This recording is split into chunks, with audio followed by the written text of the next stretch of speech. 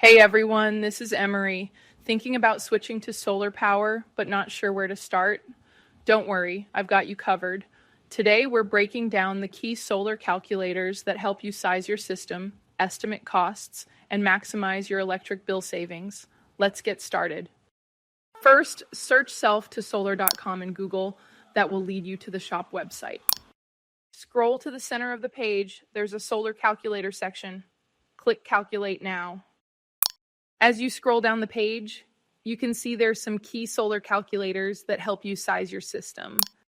First, before you even think about solar, you need to know how much electricity your home uses.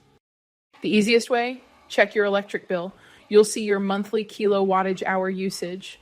Divide that by 30, you'll get your daily consumption. Another option is to pick up the major power appliances quickly with this household power usage calculator. As you scroll down the page, you'll see appliance preset.